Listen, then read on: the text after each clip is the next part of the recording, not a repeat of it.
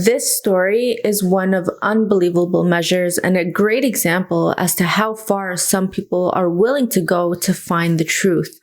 This is a photo of Nicole Van Den Hurk, and you won't believe how her murder was solved. Hi guys, my name is Ashley and this is Heebie-Jeebies TV. Let's get into today's story.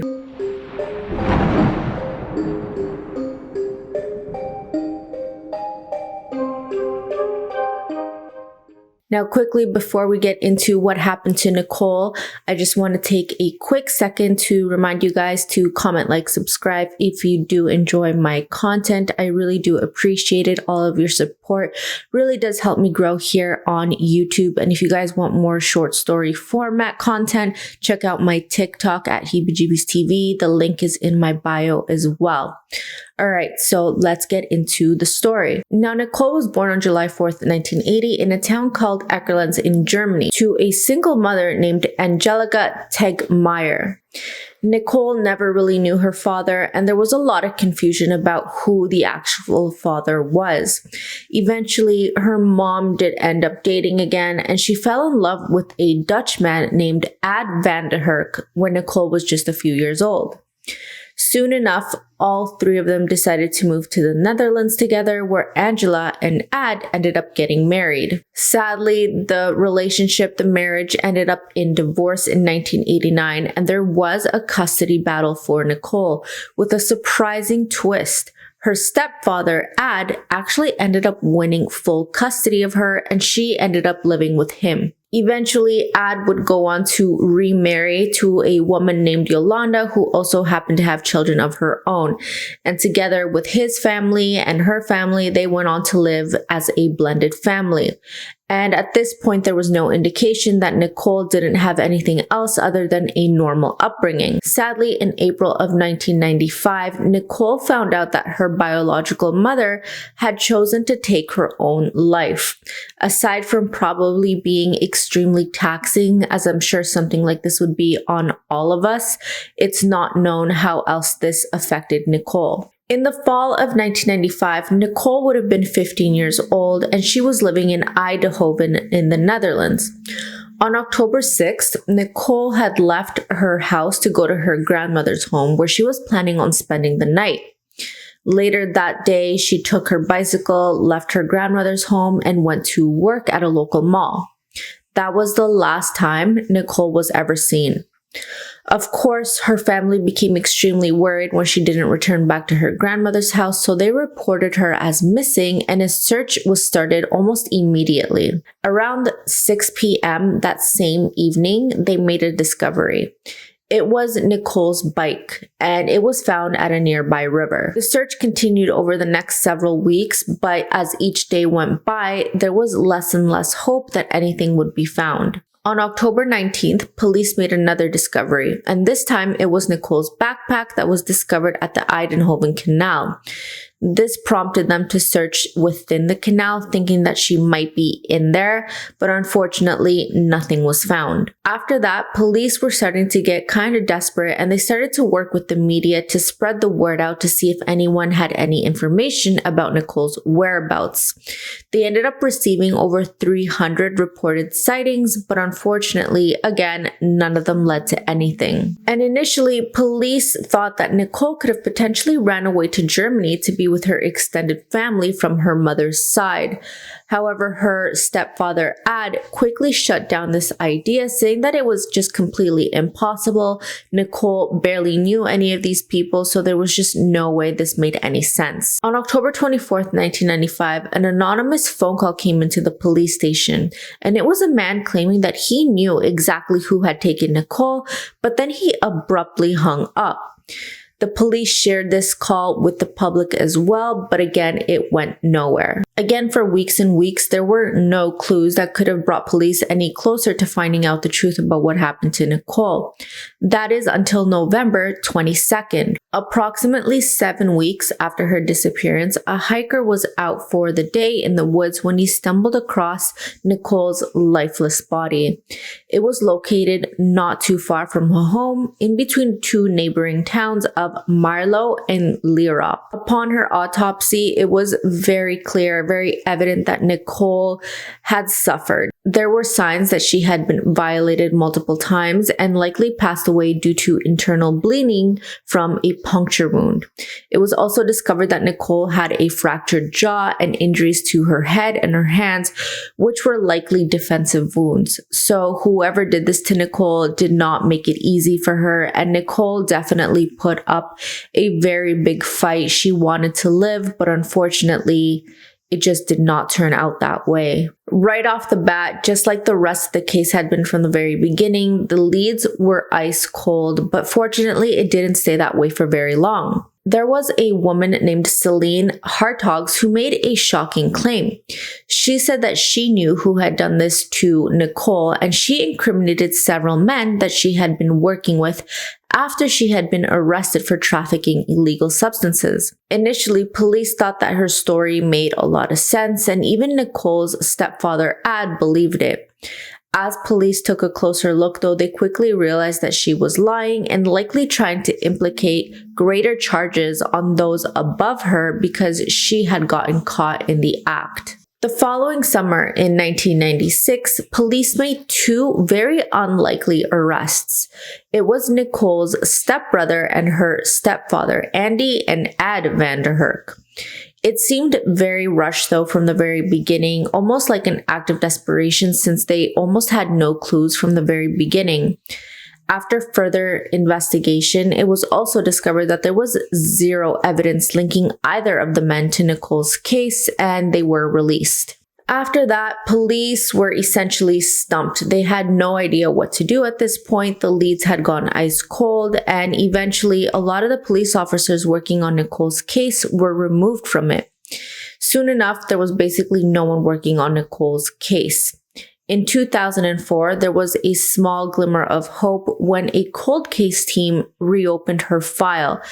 But like many of these cold cases around the world, it didn't take long for them to return to back where they had started.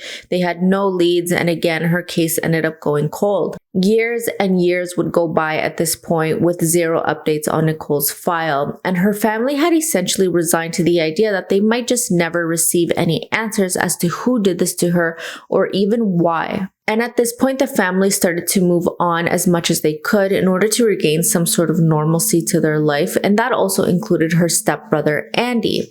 He was originally living in the Netherlands, but decided to move to London, but during that entire time, he always kept Nicole's memory in his heart and mind. Then on March 8th, 2011, something very unexpected happened. In a Facebook post written by Nicole's stepbrother, Andy, he confessed to taking the life of his stepsister. In the post, he said, "I will be arrested today at the murder of my sister. I confessed. I will get in contact soon." Everyone, obviously needless to say, was absolutely shocked. How could Andy, who was someone who apparently absolutely adored his stepsister, they had a really great relationship, how could he possibly do something so horrible to her? People didn't want to believe it, and neither did the police. But of course, they had to arrest Andy, and he was prepared for extradition back to the Netherlands from London. As they began to interrogate him, though, police noticed that things were not adding up. The details were not matching. His story was kind of jumpy. It was moving around everywhere. And soon enough, Andy told them the truth. He ended up telling the police that he actually hadn't committed this heinous crime against Nicole, and that he had purposely chosen to confess falsely in order to draw attention back to Nicole's case, which was an extremely risky move considering he had already been arrested in the past for suspicion in this entire case. But again, police couldn't connect him to her case at all, and he was released just after 5 days. But in the end, his plan did work. But then it gets a little bit weirder. Shortly after he was released, Andy blurts out something that he had been holding in for a very long time. He said that he believed his father, who was also Nicole's stepfather, had been involved in what happened to Nicole. In his mind, he had created the idea that Anne had been violating Nicole secretly for years and years before her disappearance, and he had chosen to dispose of her once she had become pregnant with his child. When Anne heard about this, he was absolutely flabbergasted. He completely denied any involvement in this, and essentially he ended up pointing the finger back at Andy, saying that he was actually the one responsible and that he was just deflecting. It's important to note here, though, that there was never any evidence connecting her stepfather and to what happened to Nicole. Andy would later give a statement saying, "I wanted to get her exhumed and get DNA off her. I kind of set myself up and it could have gone terribly wrong. To get her exhumed, I had to put steps into place to get her exhumed. I went to the police and I said I did it. She is my sister, absolutely. I miss her every day." Andy knew that without any new evidence or solid information in Nicole's case, that her body would probably never be exhumed in order to test it for DNA. Considering that the case took place in 1995, technology had vastly changed by this point in 2011. And following his confession in September of 2011, Nicole's body was exhumed for DNA testing. Once Nicole's body was back in the lab, police found small DNA traces of 3 different men. Her stepbrother, surprisingly, was one of them. So was her boyfriend at the time of her disappearance, and a third one was to an unidentified man at the time. Her boyfriend and her stepbrother did get ruled out, but the third person was definitely a person of interest, and we would later find out that the DNA belonged to a man named Jos de G. And he was anything but a good guy. He was a 46-year-old psychiatric patient who had been convicted of violating multiple women in the past. That particular case was eerily similar as to what had happened to Nicole. The young woman who he had been arrested and convicted of violating was riding her bicycle when he decided to grab her and then take her to an isolated place where she was violated over and over again, but thankfully she was able to get away, which is what led to his eventual arrest. As police were looking into Jos's psychiatric evaluation from the hospital, it was discovered that he was quote-unquote a vessel of overflowing hate, who would offend again if he was not adequately assessed. Furthermore, just to add more evidence that this guy was probably responsible, on the day that Nicole disappeared, he had apparently had a very big argument with his girlfriend at the time, and he had left the home in a complete fit of rage, looking to take that anger out somewhere or on someone. It took several years, but police were finally able to bring charges forward on Jos, and he was arrested in April of 2014 for violating and, of course, taking the life of Nicole. But the defense was not going to go easy on the prosecution. Jos might have been their man in the name of justice, but he also had the right to a defense. His defense team right away argued that there were multiple DNA samples found on Nicole's body, and that Jos had never actually met Nicole. And even though his DNA was found on her body, so were the DNA of 2 other people, so it was hardly fair to blame him alone. But there was a lot of confusion. How could he possibly not have ever met her if his DNA was literally found on her? The story then started to change and suggested the idea that Nicole could have possibly had consensual relations with Jos, even though there was no way to prove that he had actually forced himself on her. This was again echoed by Jos when he changed his story again and said that it was possible that him and Nicole could have had consensual relations, but he just didn't remember. But then prosecution brought on 2 surprise witnesses that knew Jos.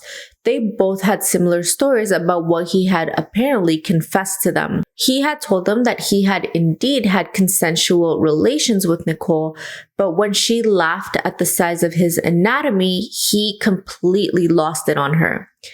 Sadly, though, the prosecution was not able to prove that he was fully responsible for taking her life, and ultimately this led to the charges being dropped down to manslaughter. The trial then continued on for approximately 2 more years, and the reason this took so long was because of the discrepancy in the DNA. It had to be tested multiple times over in order to confirm beyond a reasonable doubt that the DNA found indeed did belong to Joss, since there is no way to prove that only his DNA was responsible for what happened to Nicole. On November 21st, 2016, Joss was finally found guilty, but it wasn't the exact answer Nicole's family was really hoping for. Prosecutors were not able to 100% prove that he had been responsible for her passing, only for violating her, which was agreed upon in the court. And in addition to that, he was also found to be criminally insane at the time, which didn't help the prosecution's arguments. He was acquitted of homicide and instead was given a light sentence of just 5 years in prison. Of course, an appeal was filed right away from the prosecution, and eventually they were able to prove that he was guilty of violating her and of manslaughter, because Nicole simply did not have enough time for a second secret relationship other than the one that she had with her boyfriend at the time. This ended up resulting in his sentence of 5 years being extended to 12 years, and he's set to be released in 2028. Now, I wish I could say this is where the story ends with a little bit of a positive ending, but unfortunately, that's not where it ends. It gets a lot worse. In 2021, it was reported that Andy had chosen to take his own life after he left a very cryptic Facebook post that read, "I'm ready to say goodbye."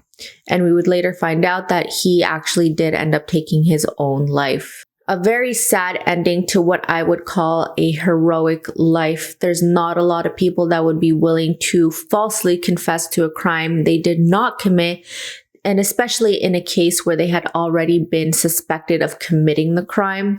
He definitely took a huge risk in order to get to the bottom of Nicole's case, which is nothing short of heroic. All right, guys, that's going to do it for today's story. Let me know what you guys think in the comments down below. And if you guys enjoyed today's story, don't forget to comment, like, subscribe. Everything really does help. And don't forget to check out my TikTok for more short story content if you guys are interested in that. All right, guys, thank you so much for joining me, and I will see you in the next video.